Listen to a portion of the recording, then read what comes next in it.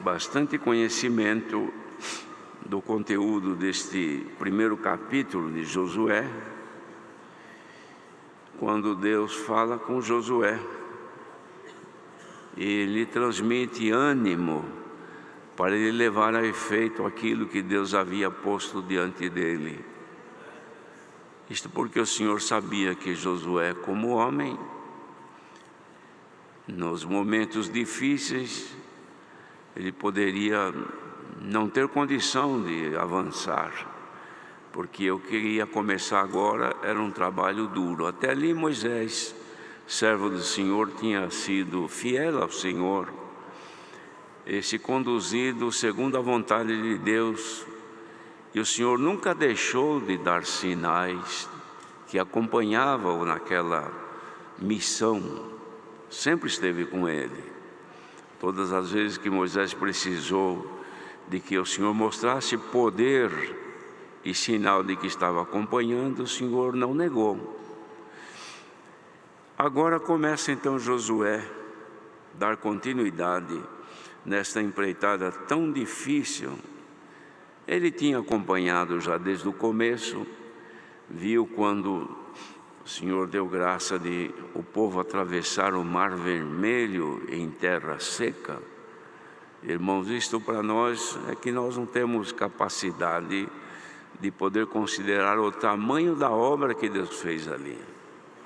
Quem é que poderia conduzir um povo, irmãos, que era 600.000 homens, fora mulheres e crianças? Se considerar mais ou menos como é uma família, daria cerca de 2 milhões de pessoas saindo do Egito para atravessar tudo quanto estava na frente e chegar até a terra prometida.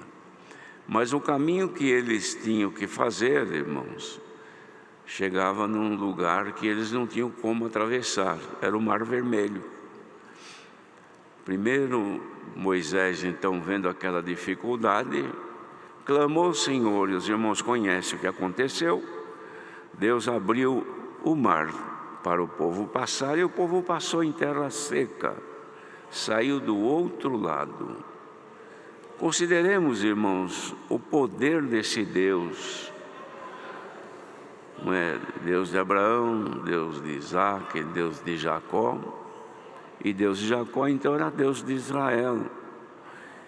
E também era com Moisés, que ele estava escolhido por Deus para levar aquele povo à terra prometida.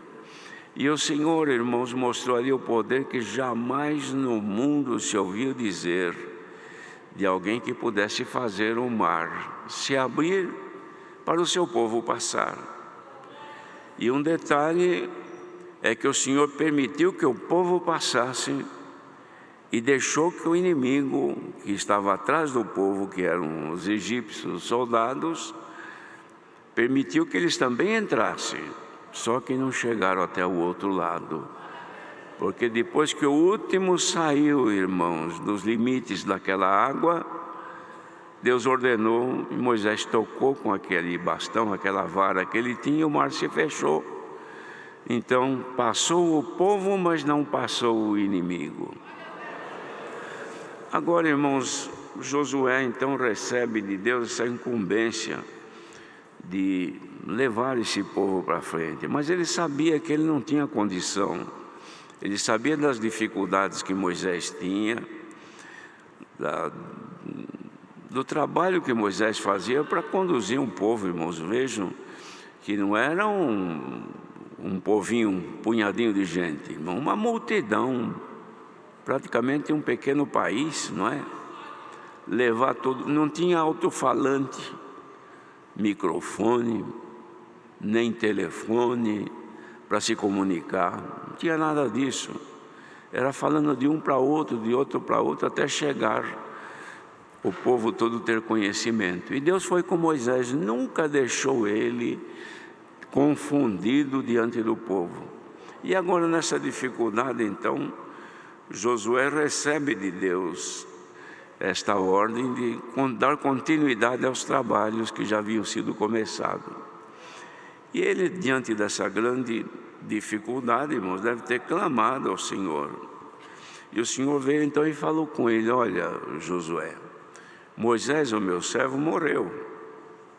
Você se levante agora e passa esse Jordão, você e todo este povo, para chegar na terra que eu dou aos filhos de Israel. Mas o que ele tinha que passar? Tinha um rio que não tinha ponte nem barco, era o rio Jordão.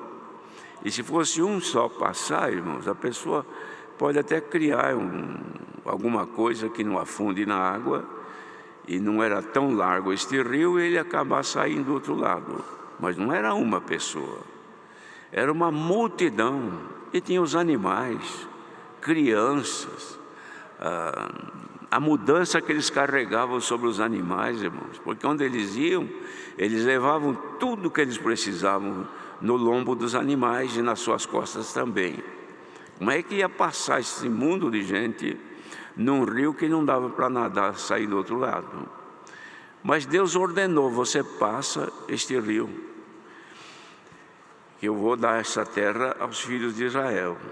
Aí fez a promessa: todo lugar que pisar a planta do vosso pé, eu tenho dado para vocês, como eu disse a Moisés. Desde o deserto, desde este Líbano, até o grande rio. Os irmãos, vejam, irmãos, que extensão era essa terra, e é ainda essa terra, até no rio Eufrates, era muito distante dali. Toda esta terra que era dos homens que ali moravam, heteus e outros povos, até o grande mar, até o poente do sol, será o vosso termo. Vocês vão até lá, não tem fim o tamanho do resultado que vocês vão alcançar fazendo isso que eu estou mandando. Então vocês não vão morar num lugarzinho apertado, numa terra ampla, sem limites. Vocês vão ter um lugar imenso para vocês viverem.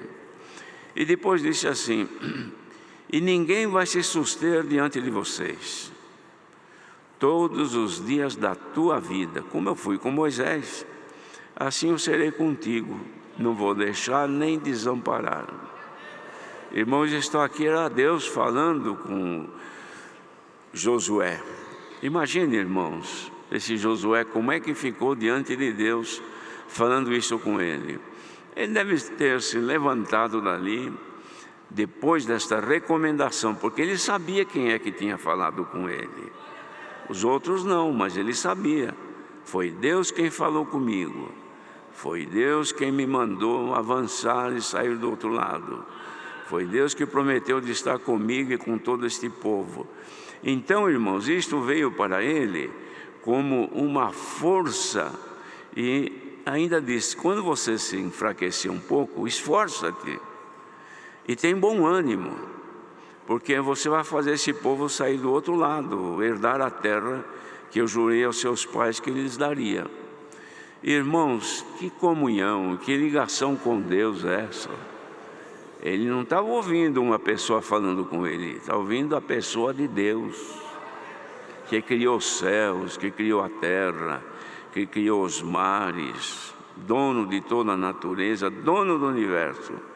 Então, somente esforça-te e tem bom ânimo.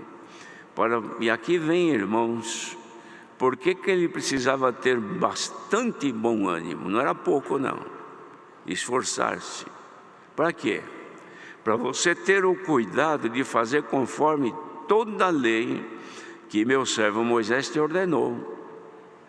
Dela não te desvia nem para a direita, nem para a esquerda, para você andar prudentemente e conduzir-se por onde quer que você andar, prudentemente, conhecendo toda a lei de Moisés. Ele precisava conhecer, irmãos, porque se ele não tivesse conhecimento nenhum do que Moisés trazia consigo, da lei que foi escrita nas tábuas, como é que ele ia andar prudentemente se não conhece? Então a pessoa, para andar, irmãos, vão considerar agora, no nosso caso, nós não fomos chamados para andar, para peregrinar num deserto aqui fisicamente nesta terra, mas espiritualmente sim. O Senhor nos chamou para nós caminharmos num caminho que Ele já traçou para nós, cujo caminho é Jesus Cristo, para chegar no destino nosso. E assim como aconteceu com aquele povo, também aconteceria conosco, e de fato acontece.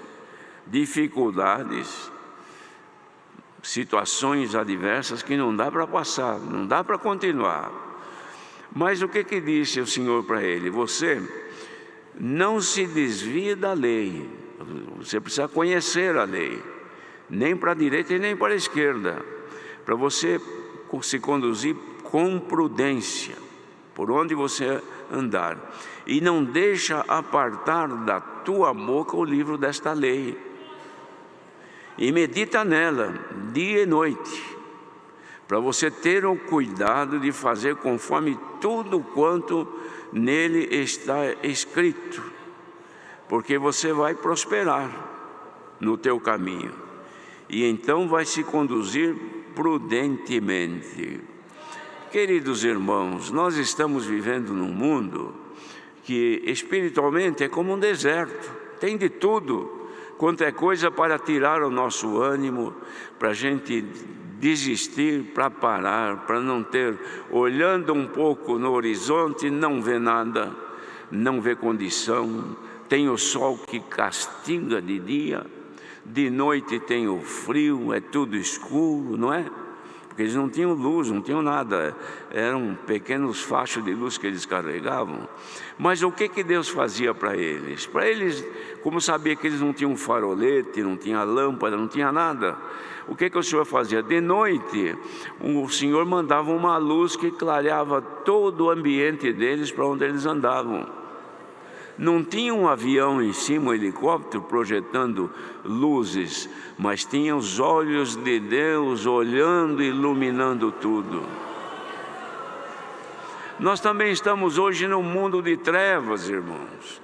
Ninguém sabe onde pôr os pés, porque nós não enxergamos nada espiritualmente. O pouquinho que enxergamos é porque tem uma luz que se projeta em cima de nós e nos vai esclarecendo o caminho por onde nós devemos andar. Mas para que essa luz não se apague ou não deixe de nos esclarecer, clarear o nosso caminho, nós precisamos andar com prudência e não se esquecer da lei, meditar nela de dia e de noite. Como Davi mesmo escreveu, falando do justo, o justo tem prazer na lei do Senhor e nela medita de dia e de noite. Nós, irmãos, não vamos meditar na lei, porque aqui agora não é a lei dada a Moisés para o povo de Israel, mas é a lei do Espírito de vida, que vem agora pelo poder do próprio Espírito, que mostra para nós o caminho que nós devemos seguir, que é Cristo. Andando conforme o Senhor Jesus nos ensina constantemente, nós não vamos ficar no escuro, nós não vamos deixar de atravessar as dificuldades, nós não vamos ver nada diante de nós que nos impeça de caminhar, porque o Senhor é aquele que limpa os nossos caminhos. Ele faz o vale subir, ou seja, um precipício que estiver na nossa frente, Deus tem poder de fazer ele encher e nós passarmos num caminho plano. E também montanhas que podem surgir, o Senhor aplana para o povo passar. Nós estamos hoje, irmãos, diante de tantas dificuldades, tantas coisas, tantos ventos de doutrinas que surgem de todas as maneiras que vêm diante de nós para desviar-nos do foco, desviar-nos do caminho que nós estamos seguindo para a terra prometida, que não é aqui no mundo, é a glória de Deus. E nós não podemos desviar, porque quem se desvia perde o foco, perde a luz e fica fica no escuro e nas trevas nós não conseguimos chegar no nosso destino. Se tem alguém aqui nesta tarde, ouvindo a palavra, está duvidando, está pensando, mas será que Deus me conhece? Será que eu estou no caminho da verdade? Será que eu estou servindo de fato ao Senhor? Você mesmo deve saber, porque o Espírito de Deus habita em você e você precisa estar guiado por Ele. Então procure consultar se realmente Ele ainda está manifestando a luz de Cristo sobre ti. Isso aí não é alguém que vai te dizer, é você mesma, você mesmo que tem condição de ver se o Senhor está em ti ou não, se Ele está te guiando ou não. E quem nos guia é o Espírito Santo. O Espírito Santo não se vê, não se apalpa. O Espírito Santo, irmãos, Ele habita dentro de nós, é Ele quem nos orienta, é Ele quem nos guia, é Ele quem nos ilumina, é Ele quem nos desvia de nós todo tropeço. E nesta tarde, irmãos, ninguém ouvindo esta palavra pode sair daqui duvidando ou desconfiando que está num deserto, que não tem rumo, que não tem caminho, que não sabe para onde ir. Então faça hoje um teste e veja se a luz de Cristo está sobre ti. Se ela estiver, não temas, esforça-te, porque o Senhor será contigo. Quem nos conduz nesta graça é o Senhor, irmãos. E não é por tempo de caminho, porque é crente antigo, eu já sei o caminho. Ninguém sabe. Alguém disse para o Senhor Jesus falando com os discípulos, disse: eu sou o caminho e a verdade e a vida, e ninguém vem ao Pai senão por mim. Porque alguém disse: Senhor, então mostra-nos o caminho que nos interessa, o que nos basta. Ele falou: pois é, eu sou o caminho, eu sou a verdade, eu sou a vida. Então quem está no caminho, que é Jesus Cristo, tem em si a verdade e tem a vida. Tendo a vida, irmãos, a morte está afastada. Queira Deus que todos que estão ouvindo agora esta palavra possam saber que não está caminhando num deserto lá do Oriente, não, mas neste mundo espiritual, um verdadeiro deserto de aflições, de contrariedades, de violência, maldade, perseguições, irmãos, espíritos também das trevas que se manifestam e querem desviar-nos dos retos caminhos do Senhor. Isso é o que mais tem, e ninguém é livre. Até a criancinha já sofre isto, o idoso também sofre. As tentações muitas vezes querem tirar a pessoa dos olhos do Senhor, até querer fazê-la tirar a sua própria vida, porque ela não vê, não vislumbra mais nada, então não sabe mais o que fazer da vida. Começa a pensar até em tirar a sua própria vida. Por quê? Porque não vê mais futuro, não vê mais nada. O Senhor manda a palavra nesta tarde e te diz: o teu futuro é brilhante, Ele está diante de ti. Não dê ouvido às vozes que vêm na tua mente. E se você está com uma enfermidade psíquica, poderosa é a palavra desta tarde para te libertar. Se você foi tomado de alguma depressão e ela está agora no estágio avançado e você não vê mais motivo de viver, receba agora, como os que estão aqui ouvindo, certamente receberão ânimo, coragem e vida para servir a Deus. Os irmãos, vejam, pessoas que perdem, não sentem mais amor na vida, por causa de um desemprego, por causa de um desenlace, por causa de qualquer coisa desta vida, que são todas da terra, passageiras. Então a pessoa cisma de tirar a vida. Não tenho mais motivo para viver, eu vou parar, eu vou dar um jeito na minha vida, porque não quero mais ficar deste jeito. Isso tudo é opressão das trevas, para fazer você ficar por aqui mesmo. Mas haja luz nesta tarde. Deus, que por piedade, olhando para essa multidão aqui sentada, e por esse mundo afora, onde tiver alguém ouvindo esta palavra, que haja um reflexo da luz, deste sol da justiça, que nos ilumine, que ninguém saia debaixo deste foco que vem lá dos céus, irmãos. Muita gente anda buscando farolete, lamparina, coisa para acender que o vento apaga. Acende uma coisinha, porque eu estou no escuro, isso aqui vai me ajudar. Mas acaba a pilha, fica no escuro. Então acende um fósforo ou qualquer coisa, é um lampiãozinho, qualquer coisa assim, e vai andando, vê o que é 1 metro na frente. Mas se tiver uma coisa feia na frente, não vê. E não só isso, bate um vento qualquer, a luz se apaga. E muita gente andando atrás destas luzes. Quem sentir agora, pela virtude da palavra, de que os olhos de Deus estão sobre ti, que o Espírito de Deus habita no teu coração, coisa que muita gente não crê, mas se você crê que o Espírito de Deus habita em ti, então o Senhor vai manifestar em ti a luz deste sol da justiça, que te ilumina neste deserto, mal nenhum te atingirá. Glória ao nome do Senhor. De vez em quando se tem notícia, a pessoa foi entrando numa situação tão terrível que um dia buscou tirar a sua vida. E alguns até conseguem. Tira a sua vida, pronto, cortou o plano de Deus.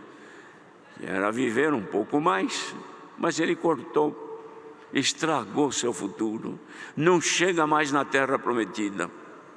Alguém pensa assim, mas suicidar, será que o pessoal suicidar não entra no céu?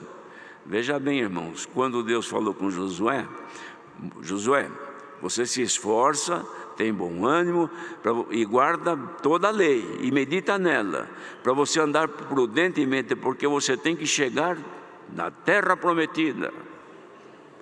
Aquele que se mata, tira a sua vida, irmãos, ele estava para chegar na terra prometida, mas ele abortou a sua viagem. Sabe que tem alguém aqui hoje, ouvindo esta palavra, e que está querendo abortar a sua missão, abortar o seu viver? Receba em nome do Senhor Jesus o poder do Espírito Santo, que afaste de ti esta tentação.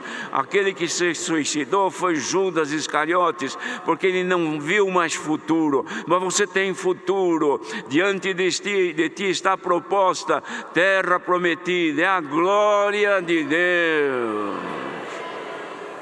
Santo é o Senhor. Então não é sofrimento desta vida terrena que vai nos impedir. Paulo mesmo escreveu que as aflições deste tempo presente não são sequer para comparar com a glória que em nós há de ser revelada. E a glória não é no deserto não, irmãos.